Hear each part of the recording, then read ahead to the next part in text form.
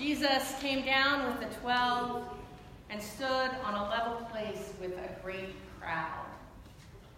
In both Matthew's gospel and Luke's gospel, there is recorded the story of Jesus early on in his ministry, preaching to a large crowd and sharing what are commonly called the Beatitudes. Blessed are you. You're probably a little bit more familiar with Matthew's version. We call that the Sermon on the Mount. And Jesus is standing kind of in a high place preaching to people. Luke's is a little bit different. He's standing on a level place, on a plain with the people. And his Beatitudes are a little bit different too, you might have noticed. And if you're less familiar with this story, there's a reason for that. In church, we read Matthew's version of this story every year on All Saints' Day. Blessed are the poor in spirit. Blessed are those who hunger for righteousness. It's a little bit different than those who are poor and simply hungry. The other thing that's missing from Matthew's version is the woes at the end of this version. Did you like how that lesson ended? Woe to you who are rich. Woe to you who are full now. Woe to you who are laughing. And woe to you when people speak evil of you. This is the good news of Jesus. In what sense is this good news? This past week, preachers all over the country and all over the world are having fits because this lesson actually comes up so infrequently in the lectionary cycle. It was 1998, the last time it was read in a church that follows the lectionary. And so not only is it a hard text to preach on, but we don't have any notes from our previous sermons to go back and say, oh, what did we do back then? But here's the thing. Whether you use Matthew's version of blessed are the poor in spirit, or Luke's version of simply blessed are the poor, the question still remains, what exactly does this mean? What the heck am I supposed to do with this? Is this advice?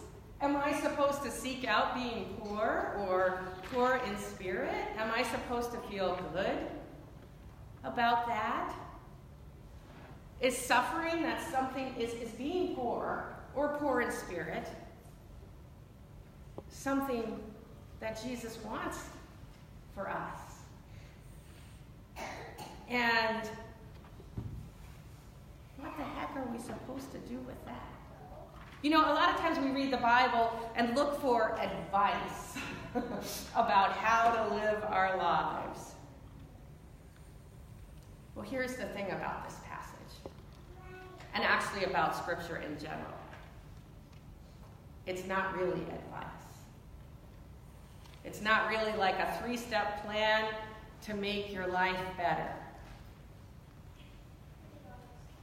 Instead, it's a revelation about truth that is sometimes hard to see.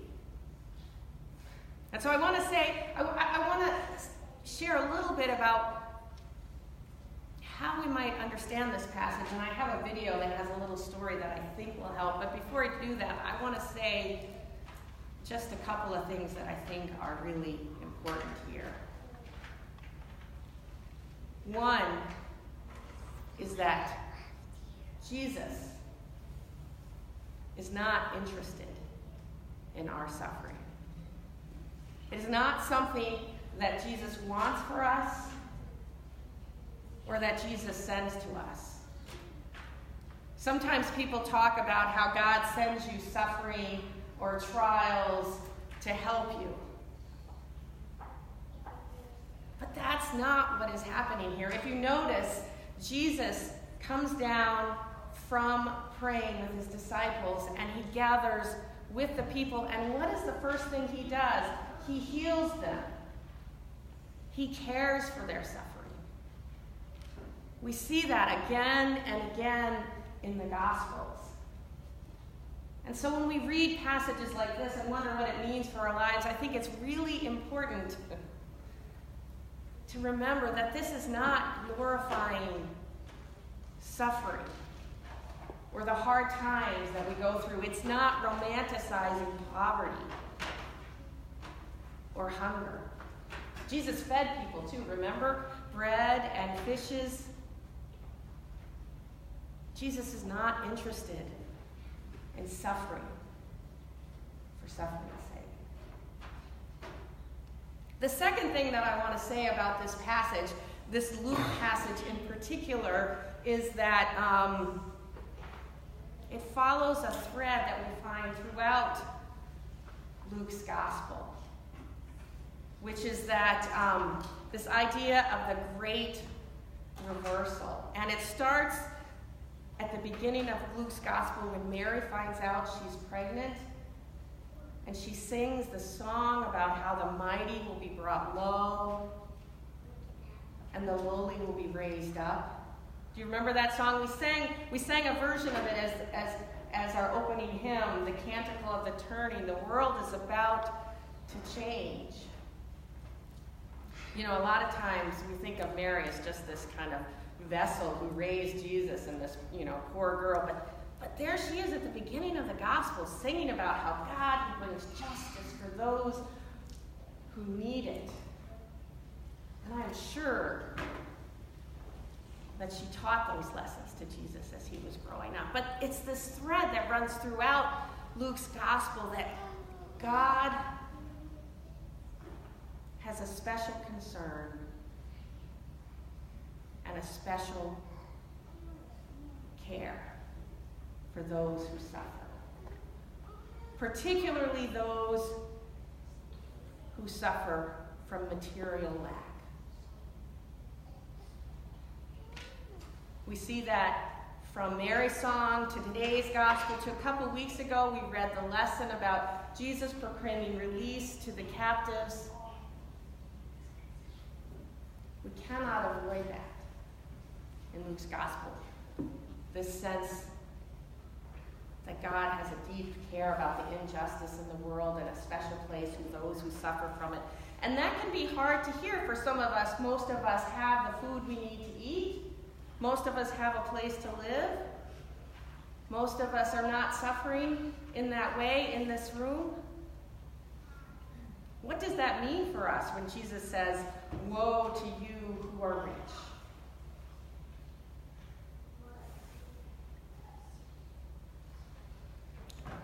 Oh, I thought David was pointing at something for me, but it's just it's a little hand up there. What does it mean when Jesus says, "Woe to you who are rich"? It means this.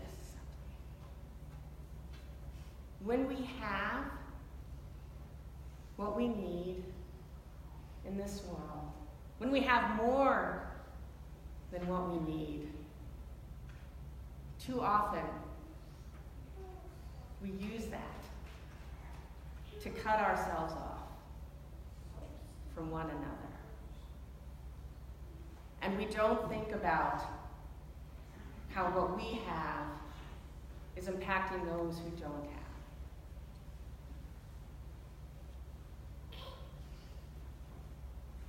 And so we miss something in this world when we do that. We miss something because of our wealth, because of the privilege that we have. We don't experience some things that would help teach us who we are, because we don't experience the fullness of relationship.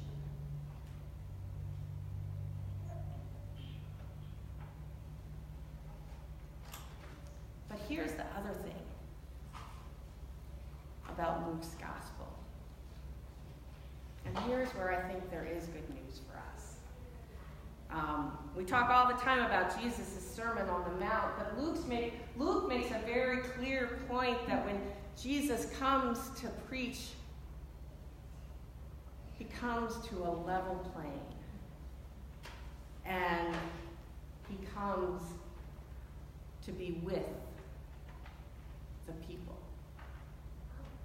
And this is another thing that we see again and again, not only in the Gospels, but in the Bible as a whole, is that where there is suffering and where there is need, that is where God goes.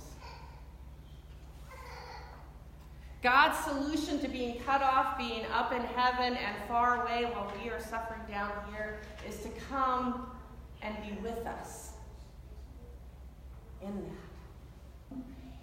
God's solution to poverty is to come and walk with those who are poor. And the invitation in the gospel for us who miss certain things because of what we have is to do the same and to find the gift in the relationship and to find the hope in that, in the being with. And so I want to show you a quick video. This is, you might have seen this. This is from a commencement speech that Father Gregory Boyle gave, and he is a Catholic priest who is the founder of Homeboy Industries in Los Angeles, which works with gang members and helps them rebuild their lives. And so I just want you to watch this because I think it's a beautiful picture of what it means to stand with, to find the blessing in those places of poverty, not because they are places of poverty. And then as you find that, to receive that blessing for yourself, to share it with one another, and to find transformation and reversal.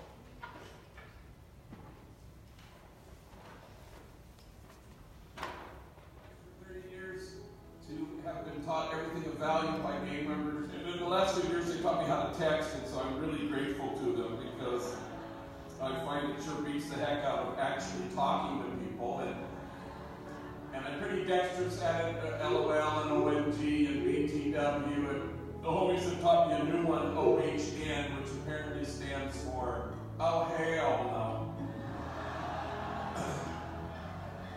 And I've been using that one quite a bit lately. My alma mater, Gonzaga University, called me and said, they're going to have a big talk on a Tuesday night with 1,000 people. And so I said, sure. They said, can you bring 2 homies with you? And I always pick homies who have never flown before, just for the thrill of seeing gang members panicked in the sky. I've never picked anybody more terrified of flying than this guy, Marty. He was just absolutely petrified. In fact, he was hyperventilating. And we hadn't even boarded the plane yet. And then our flight crew arrives, and I see 2 flight attendants, females, and they both have very large cups of Starbucks coffee, and they're schlepping up the front steps. And Mario goes, when are we going to board the plane? I said, as soon as they sober up the pilots. I should tell you that Mario, in our 30-year history at Homeboy, is the most tattooed individual who's ever worked there. His arms are all sleeved out, neck blackened with the name of his gang, head shaved, covered in tattoos. Forehead, cheeks, chin, eyelids that say the N, so that when he's lying in his coffin, there's no doubt. And so I've never been in public with him, and we're walking, and people are like this. And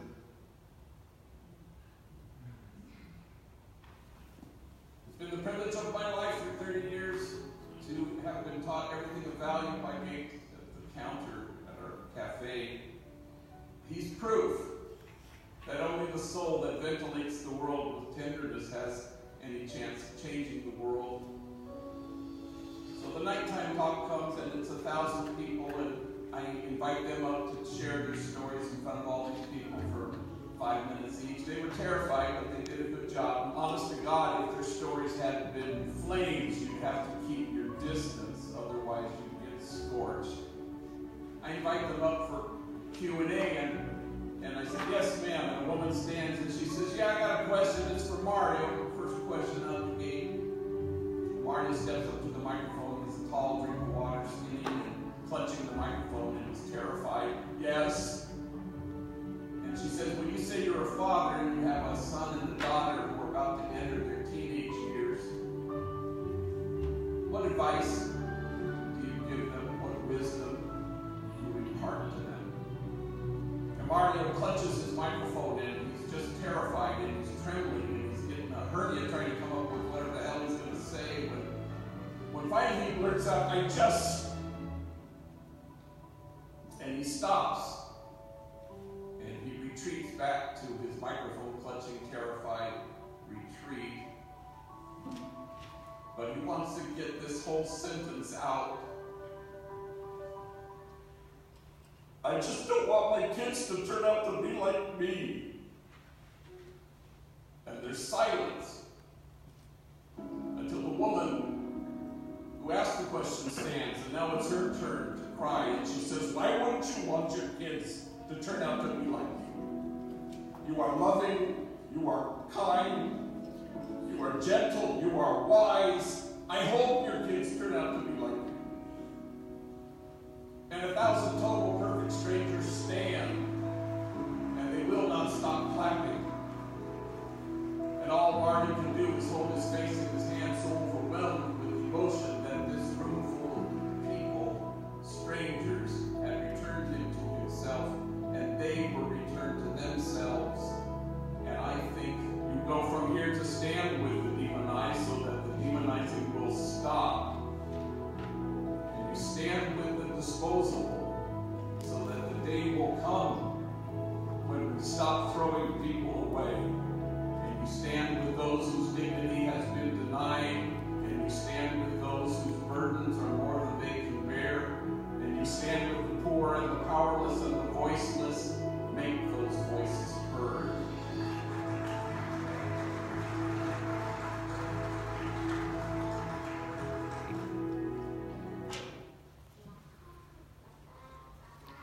Jesus came down and he stood with the crowd. And Jesus stands with us in the midst of our suffering and invites us to be with one another and with the world. And in that, find blessing. Amen.